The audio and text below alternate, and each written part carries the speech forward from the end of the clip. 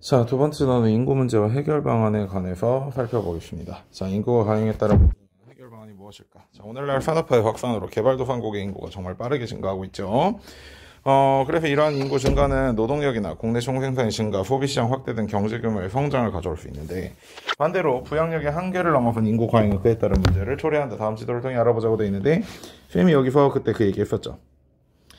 출산율 그래프와 나름대로 출산율과 기아 인구 비율이 뭐 비슷할 것이다 라고 주장을 했는데, 선생님이 생각했을 때 여기서 이런 얘기를 할 거면 인간적으로 기아 비율에 있어서 출산율에 대한 문제를 주기보다는 아프리카 지역의 강이 어떤 식으로 지나가는지를 줘야 되는 게 많았다라고 생각한다 그랬잖아요. 그죠?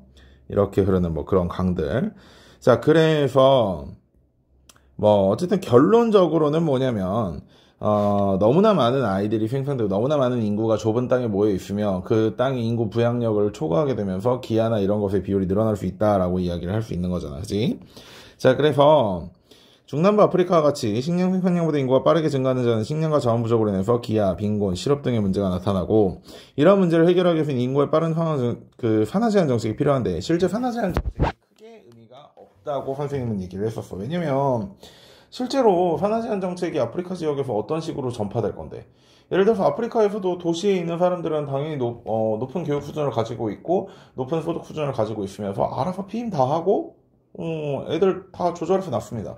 반대로 도대체 이렇게 소위 말하는 뭐라고 해야 될까, 좀 이렇게 시골, 뭐 아프리카를 시골이라고 표현하는 게 맞는지는 모르겠지만 어떤 그런 부족 단위로 이동하면서 사는 사람들이라든지 아니면 좀 굉장히 생활 수준이 낮은 사람들을 상대로 어떤 방식으로 어떻게 산화 제한 정책을 펼칠 건데, 그런 문제가 있다는 거죠.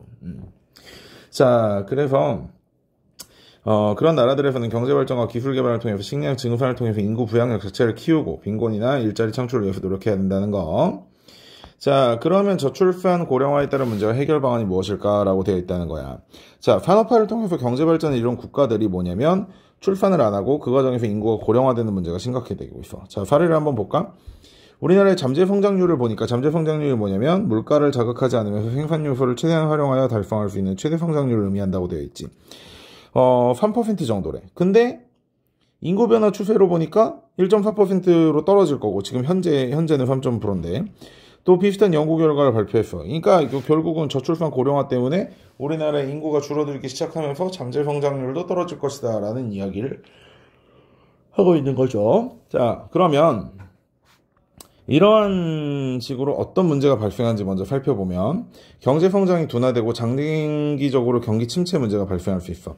자, 유소년층의 감소와 노년층의 증가라는 건 다시 말해 계속해서 돈을 써야 되는, 또는 이제 자기가 플렉스를 하기 위해서든 교육을 위해서든, 또는 이제 이 유소년층이 청장년층이 돼서 자녀를 낳고 그 자녀에게 돈을 또 쓰는 거거든. 어쨌든 소비를 더 많이 하는 세대가 어떻게 되고 있다는 거야. 줄어들고, 반대로 연금 받아서 살아야 되니까 소비가 줄어든 인구층이 늘어난다는 건, 다시 말해 생산 가능 인구가 감소한다는 건 노동 생산성도 낮아지고 소비의 문제도 있단 말이야. 구매력이 낮은 노인 인구의 증가라는 거.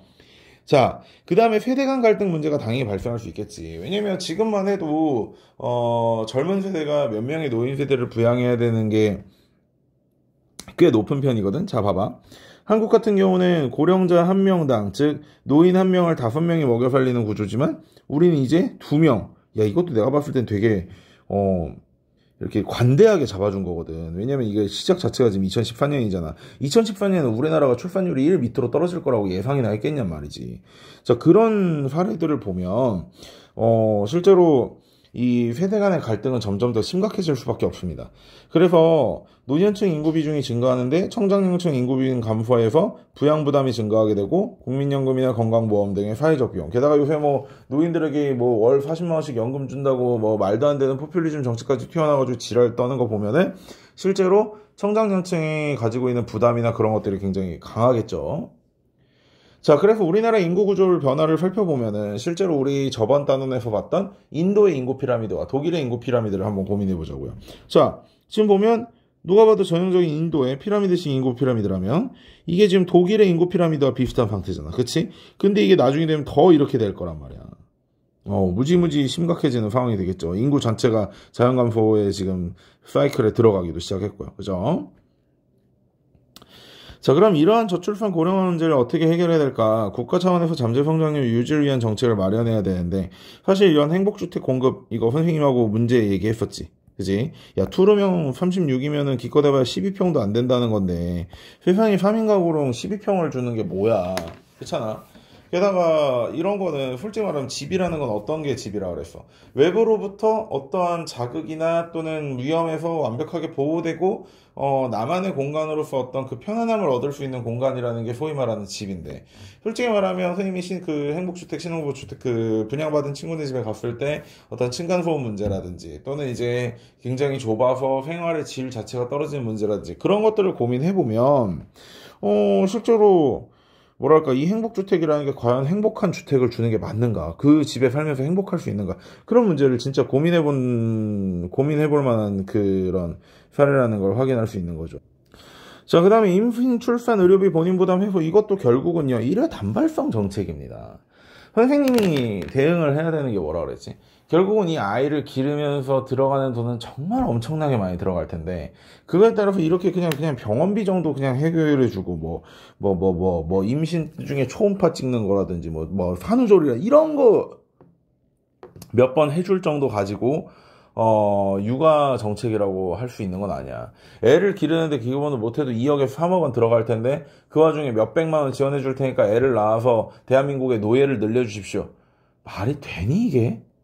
적어도 아이가 노예가 되지 않기 위해서 우리나라에 신문제가 있는 건 아니지만 적어도 이 나라의 집값을 잡는다든지, 그러니까 실제로 옛날에 10년 일하면 집을 살 수 있었던 그런 시대로 그런 시대에서 벗어나서 지금은 집값의 거품이라든지 물가 상승률 이런 거는 굉장히 심각해지고 있는 상황이잖아. 그치? 그렇고 이제 사교육, 그런 이제 뭐랄까, 사회 양극화가 심해지고 있는 과정에서 사회 양극화 중에서도 상위의 극화로 올려놓기 위해서 아이들에게 사교육비를 또 투자하고 이런 과정이 증가되다 보니까 자녀를 낳으면 안 되겠구나라는 생각을 하는 사람들도 많단 말이야. 그런 사람들에게 출산을 하도록 아이를 키우는 기쁨 이런 것들을 회복할 수 있도록 해주기 위해서는 이런 어떤 일회 단발성 정책이 아니라 장기적으로서 이 아이의 육아와 그런 것들을 돕는 그런 정책들이 도움이 돼야 된다고 보는 거야, 나는. 그런 이야기들을 많이 했었어. 자, 그래서 저출산에 대응하기 위해서 주택 공급이라든지 청년 일자리 확보 등 노력하고 있고, 의료비도 지원하고 있고, 그 다음에 노후 소득을 보장하기 위한 정책도 시행하고 있고, 보육시설의 확충을 한다든지, 출산과 양육을 지원하는 국가 시스템, 성별 임금 격차 해소 및 유연근무 제약 등 여성에 대한 처우 개선 등. 그러니까 여성에 대한 처우 개선은 좀 더 돌려서 말하면 뭐라고 이야기할 수 있을까? 그래서 아이를 육아함에 있어서 아이를 돌볼 곳을 확보를 해줘야 된다는 거지. 근데 궁극적으로 생각해보면 더 중요한 건 이제 친가족적 가치관의 형성이 더 중요하다고 생각했어, 선생님은. 그러니까 선생님이 자랐을 때 얘기 들려줬잖아, 그치? 앞집 애기들 우리 집에서 봐준 적도 있고, 내가 앞집 가서 이렇게 엄마 올 때까지 기다린 적도 있고, 그치? 어떤 마을 하나가 아이들을 같이 키웠던 그런 시대의 어떤 감정으로서 돌아가야 돼. 아파트라고 해서 옆집하고 친하게 지내지 못하는 거 아니야. 옆집 자주 찾아가서 이야기도 나누고 뭐 할 수도 있고, 물론 이제 더 개인주의적 사회로 나아가면서 어떻게 될지 모르겠지만,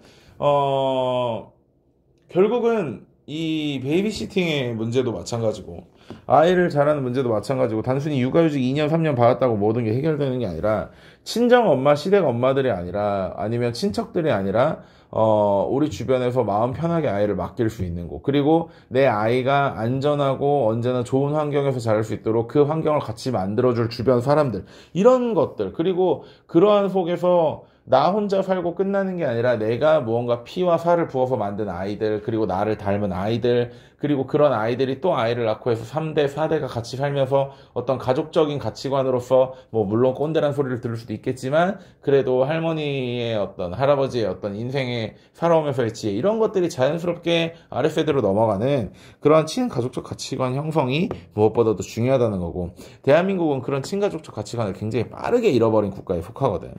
그래서 여기서 나왔듯이 가족의 소중함이라든지 정서적 지지자라든지 양성평등한 성 역할을 이해하고 노년 인구를 꼰대가 아니라 삶의 지혜를 간직한 구성원으로 인정하는 등의 인식 변화가 필요하다는 거고, 또한 세대 간 정의를 실현하기 위해 노력해야 돼. 지금 현재 젊은 세대와, 그러니까 중년 세대와 장년 세대, 그리고 노년 세대들에게 어떤 정책을 펼치는 과정에 있어 표가 그들에게 있으니까, 지금의 유소년 세대와 청년 세대를 완전히 무시하는 그런 정책들을 펼친다는 건 결국은 그러한 정치꾼들의 논란으로 인해서 윗세대와 아랫세대의 어떤 세대 간 갈등이 발생할 수밖에 없다는 거지. 따라서 현 세대를 위한 복지 확대나 노동인구 감소는 미래 세대에 당연히 부담이 되잖아. 그러니까 이런 것들을 현 세대만 유리하게 적용하는 게 아니라 미래 세대 부담을 줄이기 위한 배려가 반드시 필요하다는 거고, 책임 있는 자세를 바탕으로 현 세대와 미래 세대의 형평성을 고려한다면 세대 간의 정의가 실현될 수 있다는 거. 자, 이게 바로 2단원의 내용이라고 볼 수 있을 것입니다. 자, 2단원은 여기까지 하겠습니다.